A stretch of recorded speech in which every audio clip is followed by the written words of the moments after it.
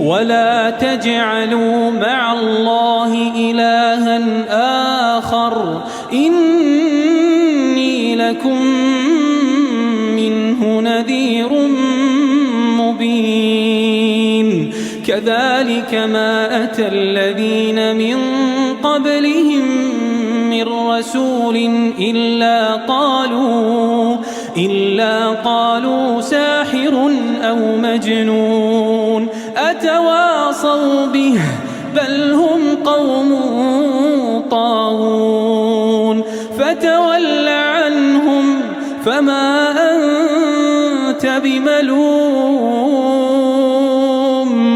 وذكر فإن الذكرى تنفع المؤمنين.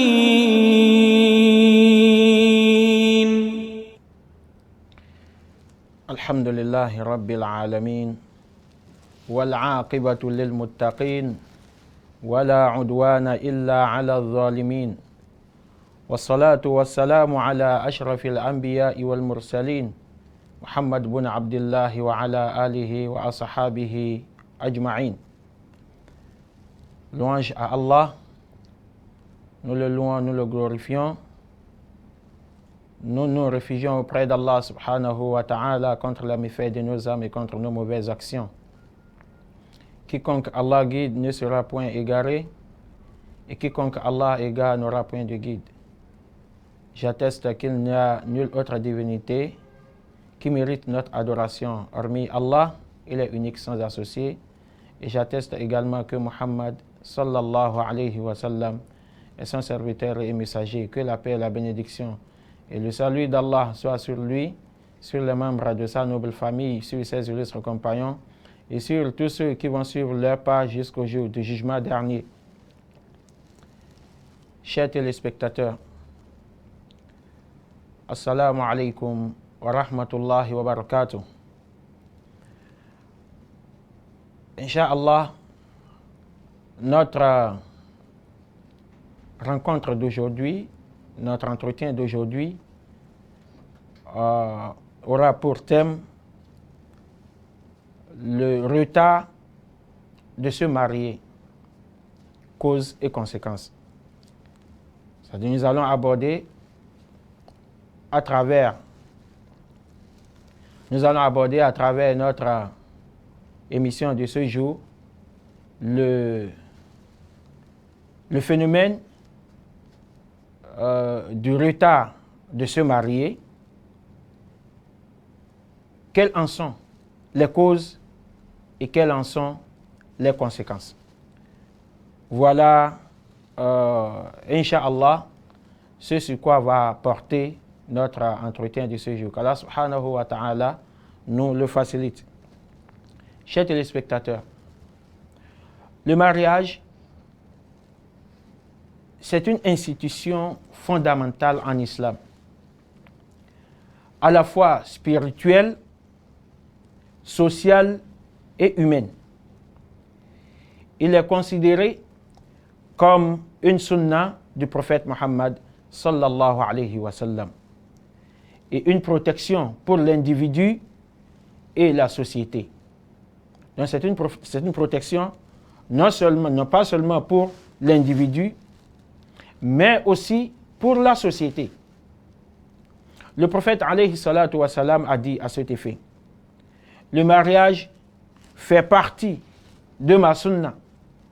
Celui qui s'en détourne n'est pas des miens. Celui qui s'en détourne n'est pas de ma communauté. Donc le mariage, c'est une sunna du prophète sallallahu alayhi wa sallam. En tout cas pour nous qui sommes musulmans. Non seulement le mariage est considéré en islam comme une sunna du prophète alayhi salatu wa salam, mais c'est une forme d'adoration qu'il est recommandé de faire une fois que les conditions sont réunies. C'est recommandé de faire cette adoration-là une fois que les conditions sont réunies. Donc on n'a pas le droit de retarder cela sans excuse valable, bien évidemment. Cependant, de nombreuses sociétés contemporaines Sinon, dans de nombreuses sociétés contemporaines, on observe un phénomène croissant. Le retard de se marier. C'est-à-dire, ce phénomène-là, c'est le retard de se marier, voire le refus de le faire. Non seulement on retarde le mariage, mais il y en a qui refusent de se marier. Alors, quelles sont les raisons qui expliquent cela et quelles en sont les conséquences? Voilà ce dont nous allons parler, Inch'Allah, dans notre exposé-ci. À travers cet exposé, Inch'Allah ta'ala, nous allons essayer de répondre à ces deux questions pour montrer la pertinence des prescriptions islamiques. En premier lieu, nous allons parler des causes, c'est-à-dire des raisons qui expliquent le retard de se marier.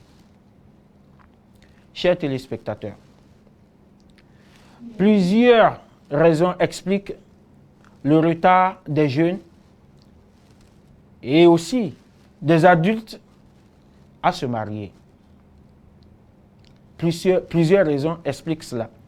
Parmi ces causes, parmi ces raisons, certaines sont sociales, d'autres sont économiques, il y en a aussi qui sont psychologiques et nous avons également des causes religieuses et idéologiques. S'agissant des causes sociales, il y a des obstacles sociaux qui sont parmi les plus fréquents. C'est-à-dire les obstacles sociaux sont parmi les causes les plus fréquentes qui amènent les hommes, les jeunes et adultes à ne pas vouloir se marier à temps. Et parmi ces obstacles-là, c'est-à-dire ces obstacles sociaux-là, nous avons les coûts élevés du mariage. Il y a les coûts élevés du mariage qui empêchent les jeunes à se lancer dans le mariage. Il y a la dot qui est très élevée. Il y a les cérémonies du mariage qui sont coûteuses. Il y a les exigences matérielles exagérées qui rendent le mariage difficilement accessible aux jeunes. Ça rend le mariage difficilement accessible aux jeunes. La dot. Il y a quelque chose que nous ne comprenions pas encore. Sinon que la plupart ne comprennent pas encore à propos de la dot. C'est que la dot, ça concerne uniquement la femme, la mariée. La dot, c'est pour elle. Et tout ce qui a rapport à la dot, ça se conclut entre le mari et son épouse. Une fois que l'épouse est d'accord, une fois qu'elle est satisfaite de ce que son mari veut lui donner comme dot, eh bien, le débat est clos. C'est fini. Parce que c'est son droit à elle. C'est son droit à elle. Et ça ne regarde qu'elle. Même entre elle et son mari, ils peuvent s'entendre et le mari lui dira peut-être que bon, je n'ai pas encore les moyens. Voilà ce qu'il veut te donner. Mais je n'ai pas encore les moyens de te le donner présentement. Et peut-être plus tard, dans 1 mois, dans 2 mois, dans 3 mois, si la femme est d'accord, il n'y a pas de problème. Mais ça reste une dette que le mari doit à l'endroit de sa femme. Nous devons comprendre cela. Ça ne regarde pas les parents, ni la mère, ni le père. En temps normal, islamiquement parlant, ça ne les regarde pas. Voici ce que je vais te donner comme dot. Je suis d'accord. c'est fini. Ça ne regarde pas les parents. Mais force est de constater que nous, dans notre société d'aujourd'hui, c'est les parents qui, la plupart des temps, influencent la dot là. Parce que leur fille va prendre, ils ont tendance à influencer la fille pour accepter ou refuser. Il y a ça. Vous voyez? Et cela amène parfois à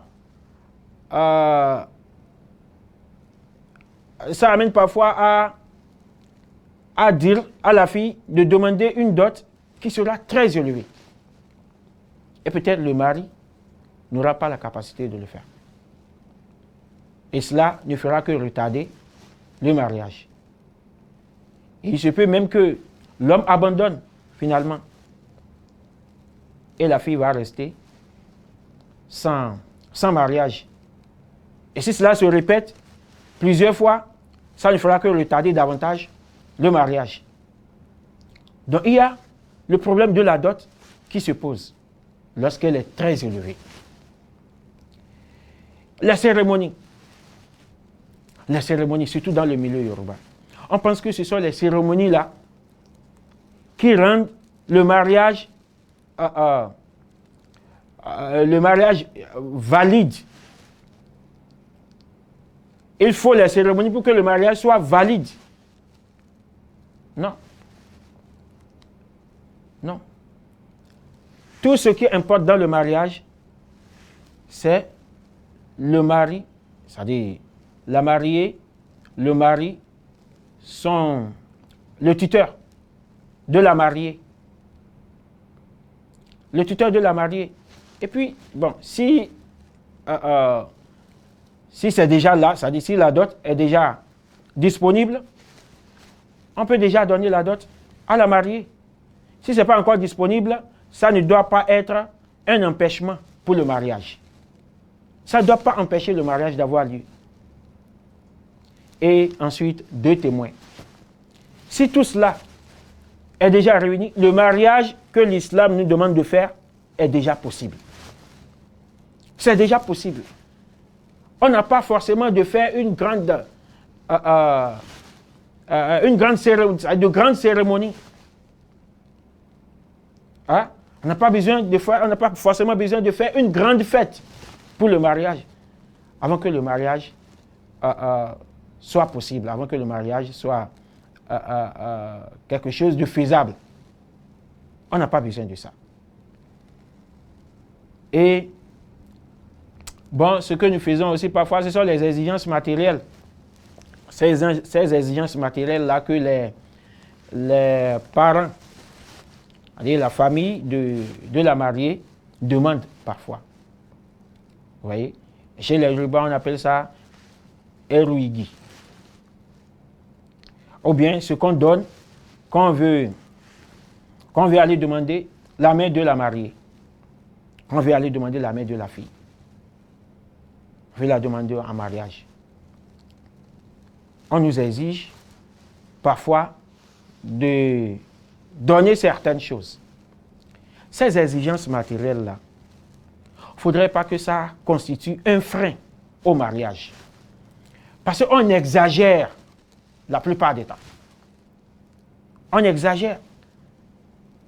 Il faut amener ci, il faut amener ça, il faut 40 ou bien 50 ou bien 100 IAM. 100 IAM. Vous voyez? 100 unités, c'est-à-dire 100 unités d'IAM. Une centaine d'unités d'IAM. Parfois, ou bien 40, ou bien 50. Et beaucoup d'autres choses qu'on va demander. Beaucoup d'autres choses. Comment réunir les fonds pour faire tout cela, alors qu'il y a des dépenses qui nous attendent après le mariage. Lorsque votre fille va intégrer le foyer conjugal, il y a beaucoup d'autres dépenses. Et vous voulez déjà vous voulez déjà empêcher maintenant le mari de subvenir à ces besoins-là, à force de lui exiger des trucs pas possibles. Oui, tout cela constitue un frein au mariage. Et ça ne fait que retarder le mariage. Et finalement, ça rend le mariage inaccessible aux jeunes. Donc il y a cela. Et il y a également des critères irréalistes, des critères qui ne tiennent pas compte de la réalité. Vous voyez? Il s'agit par exemple de la recherche d'un partenaire parfait. Un mari parfait. C'est-à-dire un partenaire parfait c'est-à-dire qu'on va marier. Sinon auquel on va se marier. La femme cherche un partenaire parfait. L'homme aussi cherche une femme parfaite à marier. Oui, ça s'observe des deux côtés. Cela s'observe des deux côtés.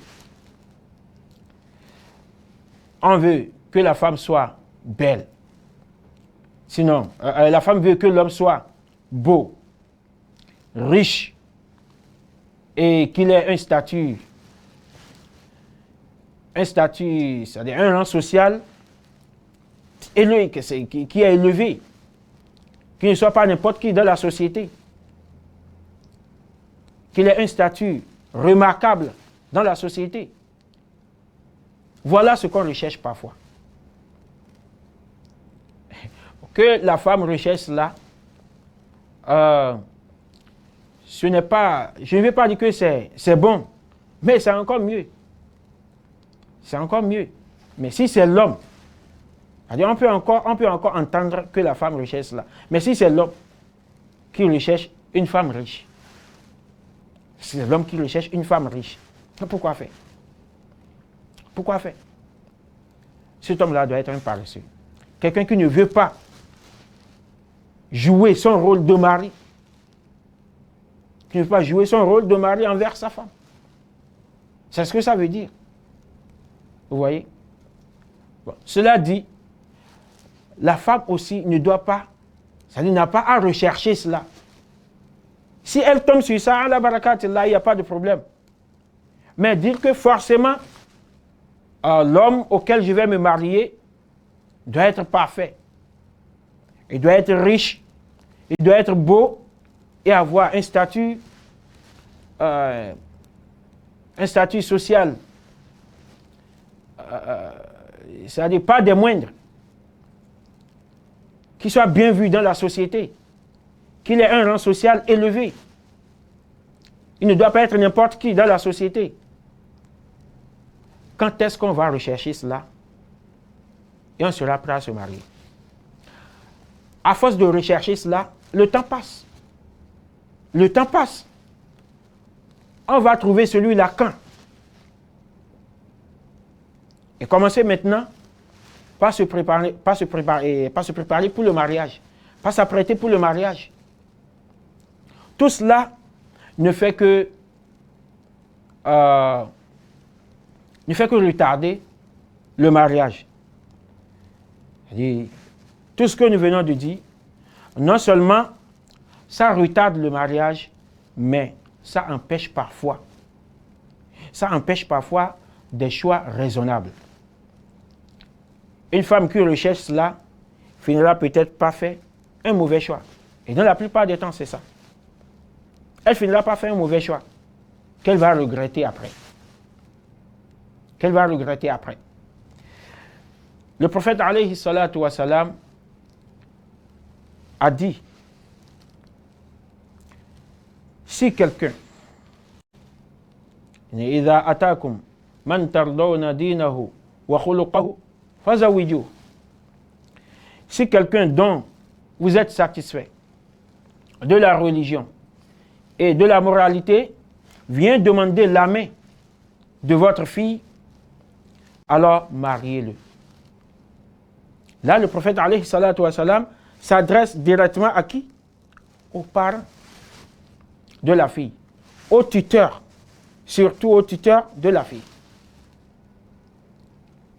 C'est à ceux-là que le prophète alayhi salatu wa salam s'adresse. Si vous ne le, et il continue, il dit, si vous ne le faites pas, il y aura une tentation, un désordre sur terre et une grande corruption. Il y aura un désordre, il y aura une tentation sur terre, comme la propagation des relations illicites, de la fornication et peut-être même l'adultère. L'adultère. Wal'iyadhu billah. Il y aura de la jalousie ou encore le blocage du mariage chez les jeunes. Donc, tout ça, ça constitue le désordre ou encore la tentation dont le prophète sallallahu alayhi wa sallam est en train de parler dans ce hadith-là. Puis il dit, et une grande corruption,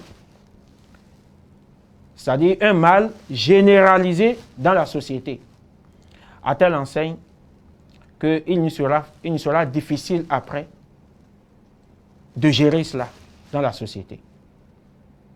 Il nous sera difficile de gérer cela dans la société. Donc le prophète, à travers ce hadith, est en train de dire aux tuteurs que vous avez seulement deux choses, c'est-à-dire deux critères pour faire le choix de mari à votre fille. Deux critères. La première, c'est la religion. Est-ce que celui qui vient demander la main de votre fille, il est un bon pratiquant? Est-ce qu'il pratique vraiment la religion? Il prie normalement, il jeûne, il est un bon musulman. Et puis le deuxième critère, c'est sa moralité. Est-ce qu'il est quelqu'un de bonne moralité?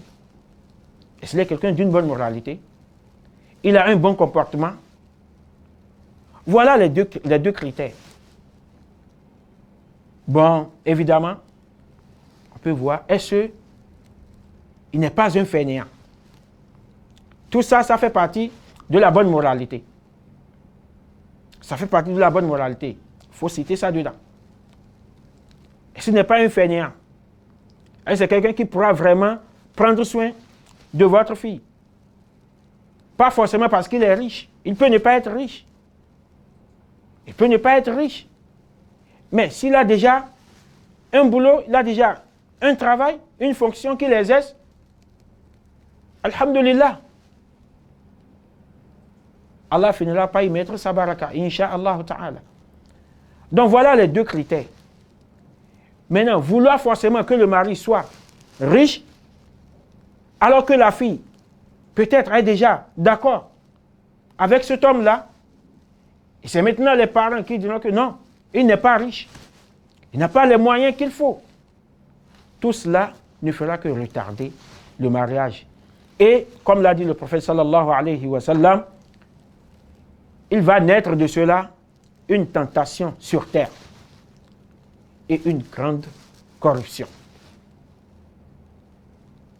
Une grande corruption. Dans ça, c'est la deuxième cause sociale qui freine, sinon qui retarde le mariage. Sinon, dont on entend parler souvent, que c'est à cause de ci, c'est à cause de ça, que je ne me suis pas encore marié. Parce qu'on n'a pas encore trouvé un homme riche pour sa fille, on retarde son mariage. Ou bien c'est la fille même qui recherche un homme riche, beau, qui a un rang social élevé, quelqu'un qui est populaire. C'est celui-là qu'elle est en train de rechercher. Et c'est pour cela qu'elle est toujours là, sans se marier. Et toujours comme cause sociale, il y a l'ingérence familiale. L'ingérence familiale. Certaines familles rejettent des candidats pour des raisons culturelles ou tribales. C'est-à-dire quand il y a un malentendu entre deux familles et que de l'autre famille sort l'homme pour venir demander la main de la fille, on refuse de lui accorder la main de la fille. On refuse cela. Ça fait partie des causes sociales qui retardent le mariage. Et il y a également la peur du divorce. La femme a peur d'être divorcée. Bon, pour avoir vu peut-être quelques exemples autour d'elle, et elle ne veut pas encore se lancer dans le mariage. Donc tout ça constitue les causes sociales. Et ensuite, nous avons les causes économiques. Les causes économiques du retard de se marier. Il s'agit principalement du chômage et de la précarité qui empêchent les jeunes de subvenir aux besoins d'un foyer. Vous voyez? Il y a la cherté de la vie, telles que le logement, le mobilier, les dépenses quotidiennes, une fois que la femme intègre le foyer. Tout cela complique davantage l'initiative de se marier. Donc, Inch'Allah Ta'ala, nous allons revenir dans la deuxième partie pour continuer notre exposé avec les causes psychologiques et les causes religieuses et idéologiques pour finir enfin avec les conséquences de ne pas se marier à temps. Assalamu alaikum wa rahmatullah wa barakatuh. Assalamu alaikum wa rahmatullahi wa barakatuh. Ìkànnì tẹ́ ń wò yìí náà ní ìkànnì Sunna TV. Níbi tí àwọn onímọ̀ ti ń tẹ ìmọ́lẹ̀ sórí ẹ̀sìn Islam látọ̀rí Sunna TV. Ìmọ́lẹ̀ nínú Sunna Nabi Muhammad sallallahu alayhi wa sallam. Ní gbogbo ìgbà ní kẹ́ ẹ máa wò wá. Tí ẹ sì máa rí ẹ̀kọ́ ẹ̀sìn kọ́ lórí ìkànnì yìí náà ni o. Òun ló múlẹ̀ rẹ̀kẹ̀tẹ̀ yàtọ̀ yìí. Gbogbo mùsùlùmí lọ́kùnrin àti lóbìnrin. Ẹ jẹ́ ká máa wo Sunna TV. Ẹ jẹ́ àwọn ọmọ wa náà máa wo Sunna TV kí wọ́n lè bá ní ìmọ̀ tó péye nípa Sunna. Ìkànnì tó ń tàn mọ́lẹ̀ sínú ẹ̀sìn ni Sunna TV Yorùbá. Ẹ máa wò wá ní gbogbo ìgbà kẹ́sì máa kọ́ ẹ̀kọ́ tó péye nípa Sunna. Alhamdulillah wa salatu wa salamu ala rasulillah.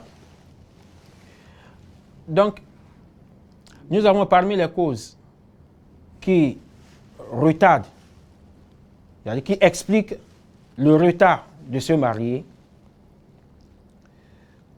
les causes économiques.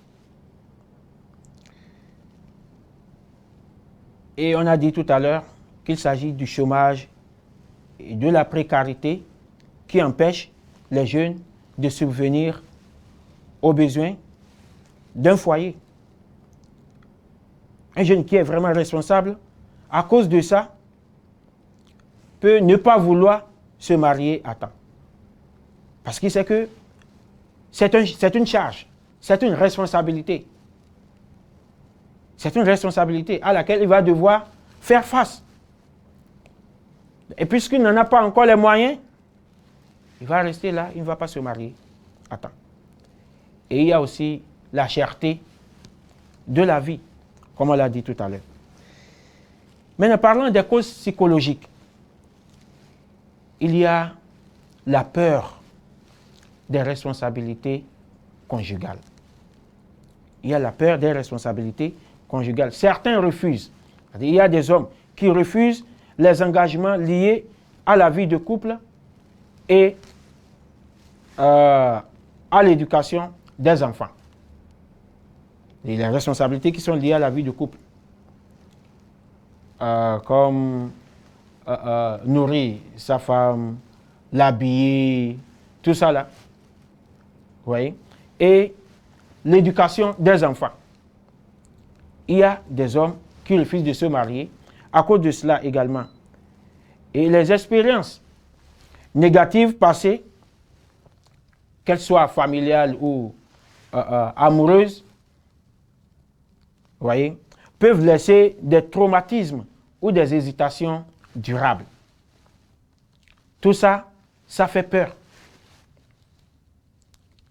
Vous voyez, ça constitue parfois la panique qui amène les hommes à ne pas vouloir se marier.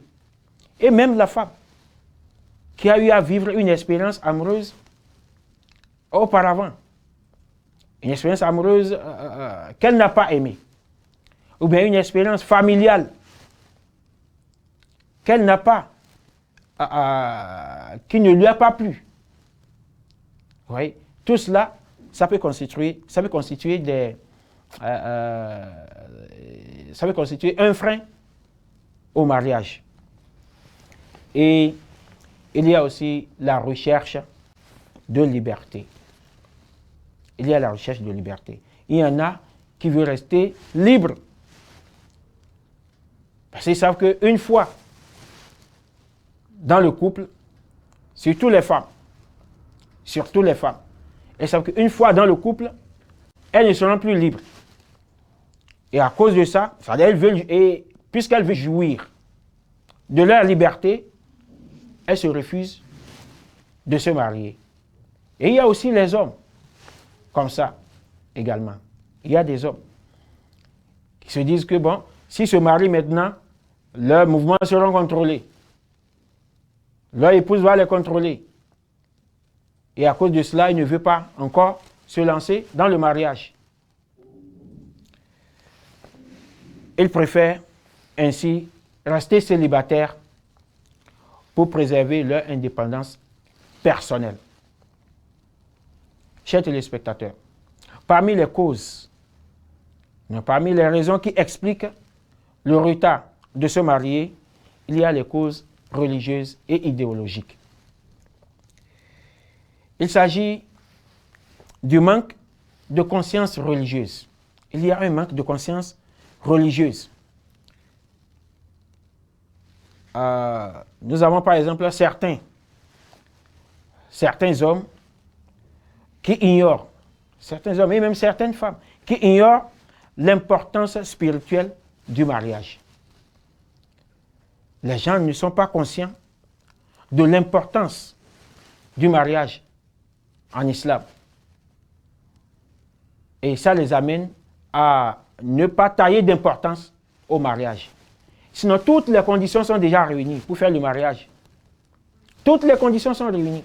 Rien ne les empêche. Financièrement, ils sont OK. Et tout ce qui peut empêcher, c'est-à-dire toutes les autres raisons que nous avons citées tout à l'heure, il n'y a rien de tout cela. Malgré cela, ils ne veulent pas se marier. Pourquoi? Parce que, bon, pour eux, ça n'a pas une grande importance. Ça n'a pas une grande importance, selon eux. Et par conséquent, ils retardent le mariage. Parmi les causes religieuses et idéologiques, il y a aussi l'influence des idées modernes. L'influence des idées modernes. Des concepts tels que la cohabitation sans engagement, c'est-à-dire vivre dans le concubinage. Vivre dans le concubinage, vous voyez, ou le rejet du mariage. Tout cela constitue un frein. Ça amène à ne pas vouloir se marier à temps. Parce que de toutes les façons, nous vivons déjà comme nous vivons déjà en couple. Nous vivons déjà en couple. Tout ce qu'on peut faire après le mariage, on le fait déjà. Donc on n'a pas besoin de se marier forcément. Vous voyez? Donc on rejette le mariage comme institution traditionnelle. Et tout cela, c'est parce que nous ne prenons pas au sérieux ce qui est religieux. Nous n'avons pas conscience que le mariage, c'est un acte qui est recommandé en islam. C'est une forme d'adoration, comme je l'ai dit dans l'introduction tout à l'heure. C'est une forme d'adoration. On n'a pas conscience de ça. C'est pourquoi on assiste à tout ceci. Donc, chers téléspectateurs, Voilà pour ce qui est des causes. Des causes c'est-à-dire des causes qui expliquent le retard de se marier. À présent, nous allons parler des conséquences qui découlent de cela. Des conséquences qui découlent du retard de se marier. Le mariage en islam peut être retardé en cas d'excuse valable. En cas d'excuse valable, le mariage peut être retardé.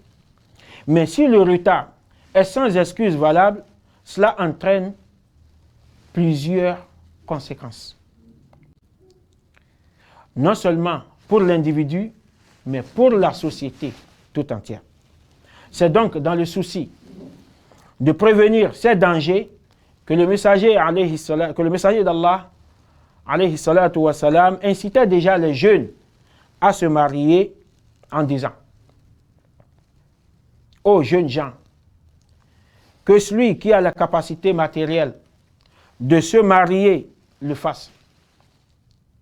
Ya ma'ashar al-shabab, man istata'a minkum al-ba'a falyatazawwaj.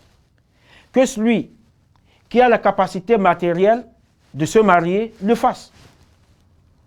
Donc vous allez voir là que c'est dit sur un ton impératif. Il ne faut pas retarder cela.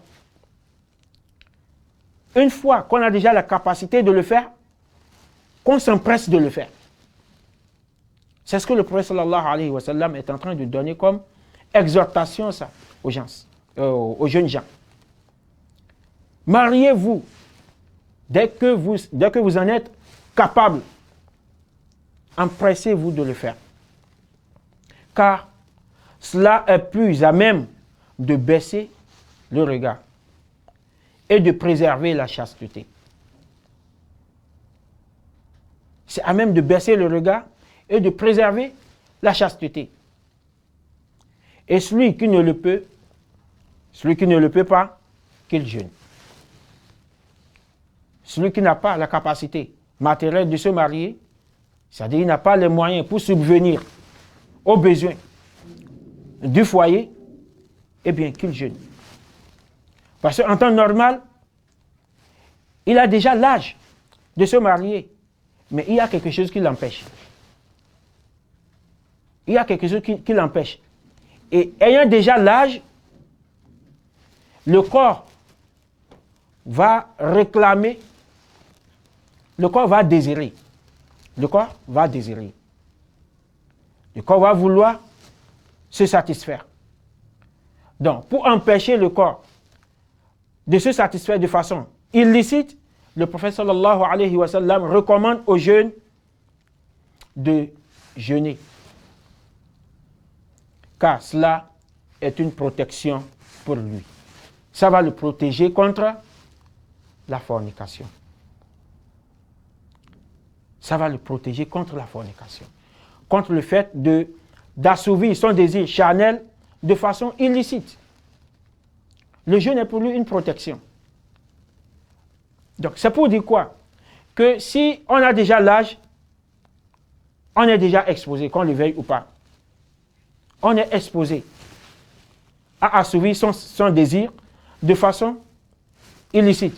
Et pour que cela ne se fasse pas de façon illicite, alors il faut se marier si on en a déjà la capacité matérielle. Maintenant, dans le cas où on n'a pas cette capacité-là, qu'on jeûne pour se protéger. Donc le prophète sallallahu alayhi wa sallam était déjà en train de nous aider à prévenir ces conséquences néfastes-là qui découlent du retard de se marier.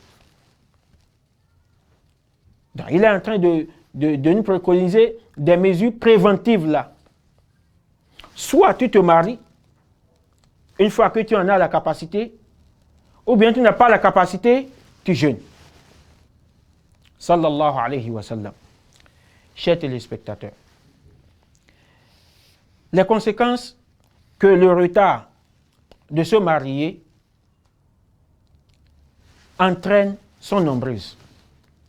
Les conséquences qui découlent du retard de se marier sont nombreuses. Du point de vue islamique, le mariage est plus qu'un contrat.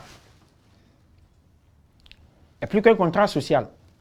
Du point de vue islamique, le mariage est plus qu'un contrat social.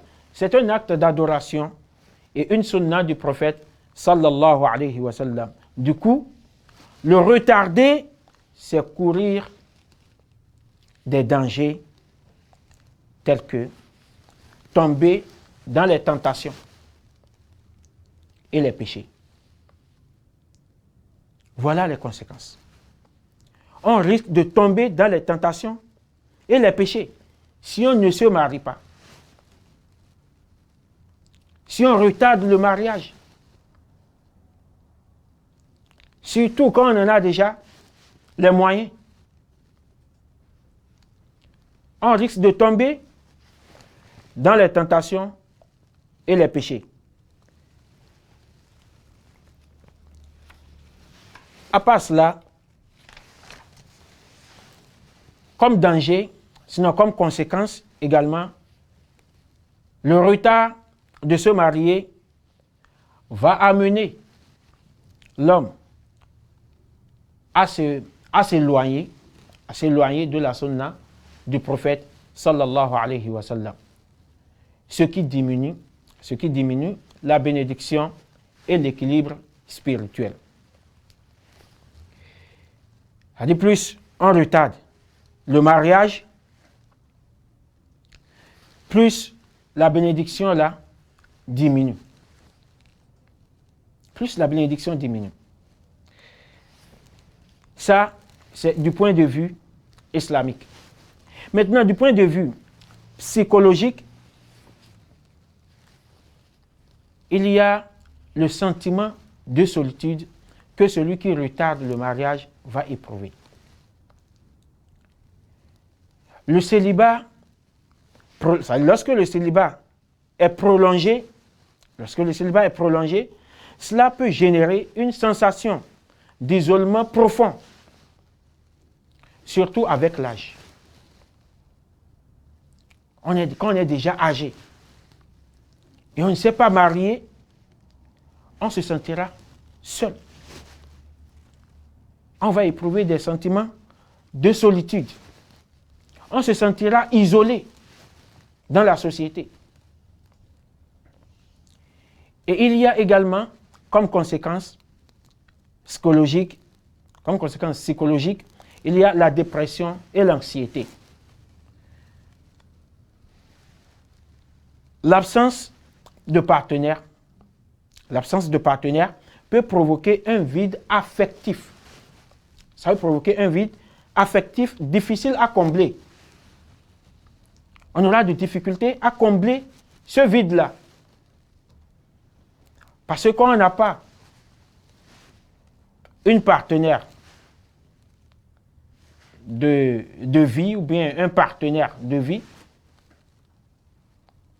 avec qui on va créer, on va fonder un foyer, eh bien cela crée l'anxiété. On en sera déprimé. Vous voyez? Et ça va constituer un vide qu'on ne pourra pas combler. On aura des difficultés à combler cela. Et toujours comme conséquence psychologique, il y a le trouble de l'estime de soi.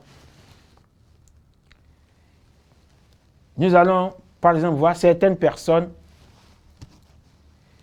qui se sentent incomplètes. Il y a des gens qui se sentent incomplètes ou instables émotionnellement. Émotionnellement, ils ne sont pas, ces personnes-là ne sont pas complètes. Et elles sont instables. Vous voyez? Donc, tout cela, ce sont des conséquences psychologiques lorsque le mariage est retardé. Donc ça provoque un trouble psychologique. Qu'Allah nous en préserve. À présent, nous allons parler des conséquences du point de vue social. Du point de vue social, il y a l'affaiblissement des liens familiaux que le retard de se marier cause. C'est-à-dire quoi? Que le mariage est la base de la famille.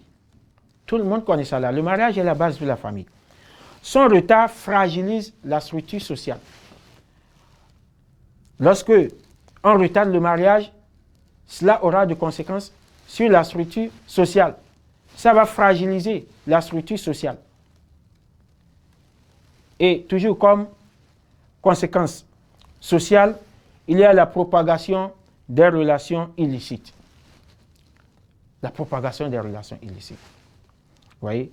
Dans certaines sociétés, le retard au mariage mène à la normalisation de la cohabitation hors mariage, qu'on a dit tout à l'heure, lorsqu'on parlait des causes.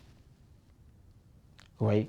C'est-à-dire, les gens qui vivent dans le concubinage, bon, pour eux, le mariage n'a plus aucun sens. Le mariage n'a plus aucun sens. Donc, ils vont retarder encore le mariage. Parce que, comme je l'ai dit tantôt, tout ce qu'il faut faire après le mariage, on le fait déjà. Donc, tout devient normal pour eux. Tout devient normal. Et non seulement pour ceux-là, pour ceux qui ne se sont pas encore mariés, aussi, ils vont voir que, bon, voilà un tel, ils sont ensemble sans le mariage et banalement, tout devient normal. Tout devient normal dans la société. On sait qu'on n'a pas besoin de se marier. Il y a telle personne et telle personne qui vivent dans le couple, mais sans mariage. Et on trouve que c'est normal comme ça dans la société. Ça fait partie des conséquences. Des conséquences du retard de se marier. Et il y a également le retard de la procréation comme conséquence sociale. Il y a le retard de la procréation. Parce que si on ne se marie pas à temps, comment on va avoir des enfants? Islamiquement parlant, bien évidemment. Islamiquement parlant, bien évidemment. Parce que les gens font tout cela hors mariage. Mais en islam, c'est-à-dire dans l'islam, ces enfants-là, qui sont nés hors mariage, ne sont pas des enfants légitimes. Parce qu'ils ne sont pas nés dans un cadre qui les honore. Ces enfants ne sont pas nés dans un cadre qui les honore. Ouais. Normalement, du point de vue islamique, il faut le mariage d'abord avant de commencer par procréer. Avant de commencer par faire des enfants, il faut le mariage d'abord. Il faut le mariage d'abord. Et parlant à présent des conséquences du point de vue économique, il y a la charge de vie individuelle qui devient plus lourde.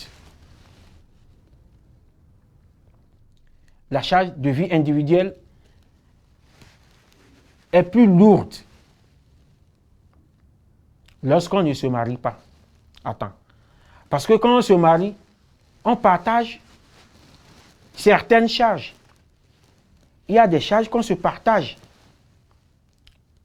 lorsqu'on est marié.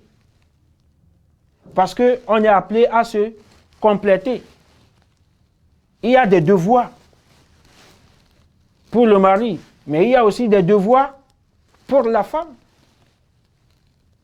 Donc on va se compléter dedans. On va se compléter, mais plus on retarde le mariage, plus cette charge-là devient lourde.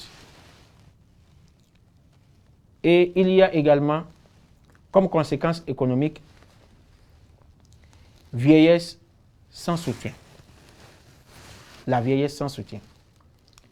Et j'allais oublier tout à l'heure, par rapport à la charte de vie individuelle qui devient l'autre dont on a parlé. Il faut souligner là que les charges financières reposent surtout, c'est-à-dire c'est le devoir de l'homme. C'est le devoir de l'homme. Mais sa femme peut l'aider. La femme peut l'aider parfois. Si on se marie, la femme peut t'aider. Quand bien même ce n'est pas son devoir à elle. Ça, ce n'est pas le devoir de la femme. Mais elle peut t'aider. Plus tu retardes le mariage, plus ces charges-là vont devenir lourdes pour toi à supporter. Maintenant, il y a aussi la vieillesse sans soutien qui finira par s'installer lorsque on ne se marie pas à temps, lorsqu'on retarde le mariage.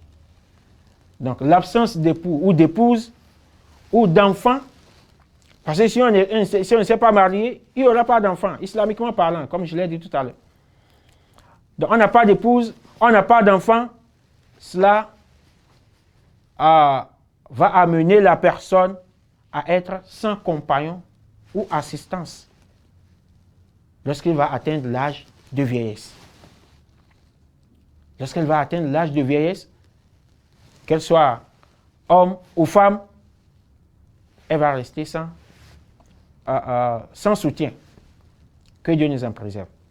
Donc voilà ce que nous pouvons dire par rapport aux conséquences néfastes que le retard de se marier peut entraîner. Et pour conclure tout ce que nous venons de dire, je dirais que le mariage, de façon ramassée, le mariage en islam n'est pas seulement une affaire personnelle. C'est un pilier de la stabilité, tant individuelle que collective. C'est aussi une responsabilité religieuse et sociale. Par conséquent, retarder le mariage sans raison valable peut exposer l'individu à beaucoup de dangers. Il est donc essentiel de réviser nos mentalités. Il est essentiel, de réviser nos mentalités, de faciliter le mariage en allégeant la dot et les dépenses. En allégeant la dot et les dépenses qui sont liées aux cérémonies ou bien à la demande de main de la fille. Il faut alléger tout cela. Donc, il est essentiel également de sensibiliser les jeunes à l'importance du mariage à un âge raisonnable. À l'importance de se marier à un âge raisonnable. Il faut sensibiliser les gens par rapport à cela. Et il est également essentiel de soutenir les jeunes financièrement et moralement pour qu'ils puissent construire un foyer stable. Parce qu'un jeune peut ne pas avoir assez de moyens aussi. Or, il a déjà l'âge de se marier. Il n'est pas un fainéant. Il est un bon pratiquant. Il a de boulot. Il exerce un métier. Il n'est pas paresseux, sauf qu'il n'a pas assez de moyens pour se marier. On peut l'aider financièrement. On peut l'assister financièrement. Et il faut aussi renforcer les valeurs familiales. Il faut renforcer les valeurs familiales à la lumière des enseignements islamiques. Donc voilà ce que nous avons à apporter, sinon à donner comme conseil pour que le mariage se fasse à temps, pour que les jeunes puissent se marier à un âge raisonnable, pour que les jeunes ne retardent plus le mariage et s'exposer ainsi à beaucoup de dangers tels que les tentations et les péchés. Qu'Allah subhanahu wa ta'ala réforme notre société, qu'il réforme notre jeunesse et qu'Allah subhanahu wa ta'ala nous compte du nombre de ceux qui écoutent sa parole et s'évertuent à l'appliquer de la meilleure des manières. Assalamu alaikum wa rahmatullahi wa barakatuh. Allahu Akbar, Allahu Akbar, Allahu Akbar. La ilaha illallah. Allahu Akbar, Allahu Akbar. Walillahil hamd. Allahu Akbar, Allahu Akbar, Allahu Akbar. La ilaha illallah. Allahu Akbar, Allahu Akbar. Walillah